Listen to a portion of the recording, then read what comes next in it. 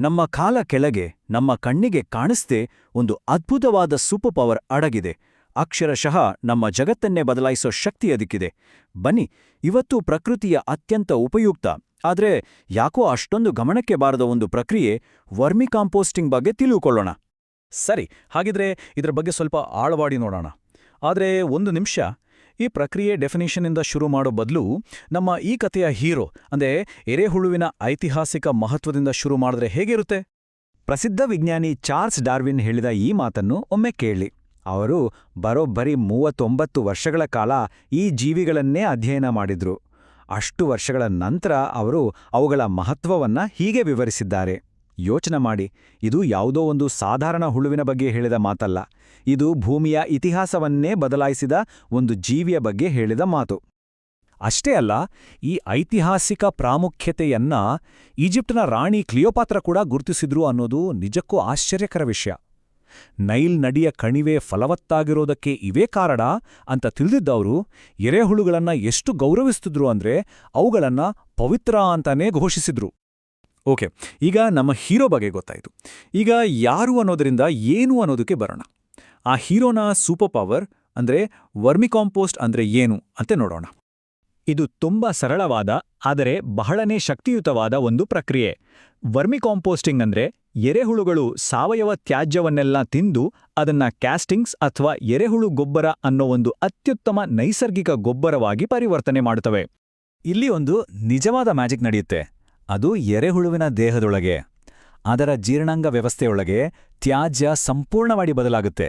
ಅದರ pH ಮಟ್ಟ ಕರೆಕ್ಟಾಗಿ ಏಳಕ್ಕೆ ಅಂದ್ರೆ ತಟಸ್ಥವಾಗುತ್ತೆ. ಇದೇ ಕಾರಣಕ್ಕೆ ಈ ಗೊಬ್ಬರಕ್ಕೆ ಯಾವುದೇ ಕೆಟ್ಟ ವಾಸನೆ ಇರೋಲ್ಲ ಮತ್ತು ಮಣ್ಣಿಗೆ ತಕ್ಷಣವೇ ಪ್ರಯೋಜನ ಕೊಡುತ್ತೆ. ಹಾಗಾದ್ರೆ ಈ ಪ್ರಕ್ರಿಯೆಯ ಕೊನೆಯ ಫಲಿತಾಂಶ ಏನು? ಅದು ಒಂದು ಸೂಪರ್ ಕಾನ್ಸಂಟ್ರೇಟೆಡ್ ಮಣ್ಣಿನ ಸುಧಾರಕ ಅಥವಾ ಮಣ್ಣಿನ ಒಂದು ಟಾನಿಕ್ ಅಂತನೂ ಹೇಳ್ಬೋದು. ಇದರ ಶಕ್ತಿ ಎಷ್ಟಿದೆ ಅನ್ನೋದನ್ನ ಮುಂದಿನ ಕೆಲವು ಸ್ಲೈಡ್ಗಳು ಎಕ್ದಮ್ ಸ್ಪಷ್ಟವಾಗಿ ತೋರಿಸುತ್ತೆ. ಮೊದಲನೇದಾಗಿ, ಇದು ಸಸ್ಯಗಳ ಬೆಳವಣಿಗೆಗೆ ಅತ್ಯಗತ್ಯವಾಗಿ ಬೇಕಾಗಿರುವ ಸಾರಜನಕ ಅಂದ್ರೆ ನೈಟ್ರೋಜನ್ ಸಾಮಾನ್ಯ ಮಣ್ಣಿನಂತ 5 ಪಟ್ಟು ಹೆಚ್ಚಾಗಿರುತ್ತೆ ಇದರಲ್ಲಿ. 5 ಪಟ್ಟು! ಅಷ್ಟೇ ಅಲ್ಲ, ತಕ್ಷಣವೇ ಇನ್ನೊಂದು ಪ್ರಭಾವಶಾಲಿ ಅಂಕಿಅಂಶ ಇಲ್ಲಿದೆ, ಪೊಟ್ಯಾಷ್. ಇದು ಗಿಡಗಳ ಆರೋಗ್ಯ, ಹೂವು, ಹಣ್ಣುಗಳಿಗೆ ಬಹಳ ಮುಖ್ಯ. ಇದು ಸಾಮಾನ್ಯ ಮಣ್ಣಿಗಿಂತ 7 ಪಟ್ಟು ಹೆಚ್ಚಾಗಿರುತ್ತೆ. ಮತ್ತು ಈ ಅಂಕಿಅಂಶಗಳ ಸರಣಿಯ ಕೊನೆಯಲ್ಲಿರೋ ಒಂದು ಅದ್ಭುತ ಸಂಗತಿ ಅಂದರೆ, ಇದು ತನ್ನ ತೂಕಕ್ಕಿಂತ 9 ಪಟ್ಟು ಹೆಚ್ಚು ನೀರನ್ನು ಹಿಡಿದಿಟ್ಕೊಳ್ಳೋ ಸಾಮರ್ಥ್ಯ ಹೊಂದಿದೆ. ಅಂದರೆ ಮಣ್ಣಿನಲ್ಲಿ ತೇವಾಂಶವನ್ನು ತುಂಬಾನೇ ದೀರ್ಘಕಾಲದವರೆಗೆ ಕಾಪಾಡುತ್ತೆ. ಸರಿ, ಇಷ್ಟೆಲ್ಲ ಆಯಿತು. ಈಗ ನಾವು ಈ ಪ್ರಕ್ರಿಯೆಯನ್ನ ಯಶಸ್ವಿಯಾಗಿ ಮಾಡಬೇಕು ಅಂದರೆ ಅದಕ್ಕೆ ಬೇಕಾದ ರೆಸಿಪಿ ಯಾವುದು? ನಮ್ಮ ಈ ಹೀರೋಗೆ ತನ್ನ ಕೆಲಸ ಪೂರ್ಣಗೊಳಿಸಲು ಏನೆಲ್ಲ ಬೇಕು?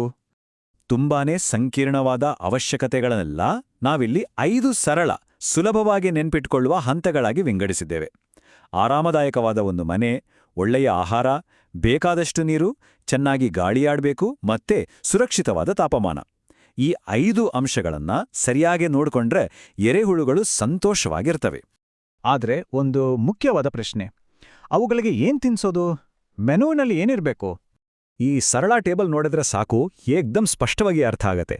ದನಗಳ ಸಗಣಿ, ತರಕಾರಿ ಸಿಪ್ಪೆಗಳು, ಒಣ ಎಲೆಗಳು, ಹಾಗೆ ಕಾರ್ಡ್ಬೋರ್ಡ್ ಕೂಡ ಅತ್ಯುತ್ತಮ ಆಹಾರ.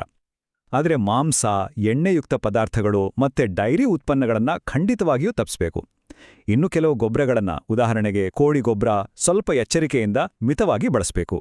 ಈ ಎಲ್ಲಾ ಪ್ರಕ್ರಿಯೆಯ ಕೊನೆಯಲ್ಲಿ ನಮಗೆ ಸಿಗುವ ಆ ಅದ್ಭುತ ಉತ್ಪನ್ನ ಇದೆಯಲ್ಲ, ವರ್ಮಿ ಕಾಂಪೋಸ್ಟ್, ಅದನ್ನ ಸಾಮಾನ್ಯವಾಗಿ ಕಪ್ಪು ಬಂಗಾರ ಅಂತಾನೆ ಕರೀತಾರೆ.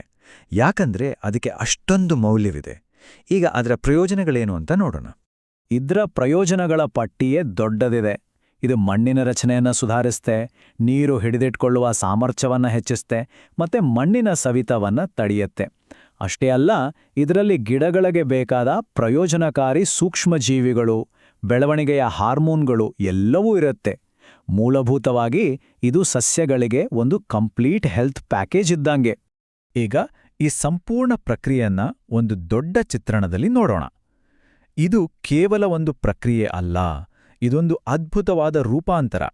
ತ್ಯಾಜ್ಯದಿಂದ ಅಮೂಲ್ಯ ಸಂಪನ್ಮೂಲದವರೆಗಿನ ಈ ಪ್ರಯಾಣವನ್ನೊಮ್ಮೆ ನೋಡಿ. ಮೊದಲು ಅದು ಬರೀ ಒಂದು ತ್ಯಾಜ್ಯ, ನಿಭಾಯಿಸಲೇಬೇಕಾದ ಒಂದು ಸಮಸ್ಯೆಯಾಗಿತ್ತು. ಆದರೆ ಈಗ ಅದು ಬೆಳವಣಿಗೆಗೆ ಸಹಾಯ ಮಾಡುವ ಒಂದು ಪರಿಹಾರವಾಗಿದೆ. ಕಸವೇ ಕಪ್ಪು ಬಂಗಾರವಾಗಿ ಬದಲಾಗಿದೆ. ಮತ್ತು ಕೊನೆಯದಾಗಿ ಒಂದು ಪ್ರಚೋದನಾಕಾರಿ ಆಲೋಚನೆಯೊಂದಿಗೆ ಈ ವಿಶ್ಲೇಷಣೆಯನ್ನು ಮುಗಿಸೋಣ. ಒಮ್ಮೆ ಯೋಚನೆ ಮಾಡಿ, ಪ್ರಕೃತಿಯ ಅತ್ಯಂತ ಶಕ್ತಿಶಾಲಿಯಾದ ಮರುಬಳಕೆ ತಂತ್ರಜ್ಞಾನವು ಬಹುಶಃ ಇಷ್ಟು ದಿನವೂ ನಮ್ಮ ಕಾಲ ಕೆಳಗೆ ಅಡಗಿತ್ತೇನೋ?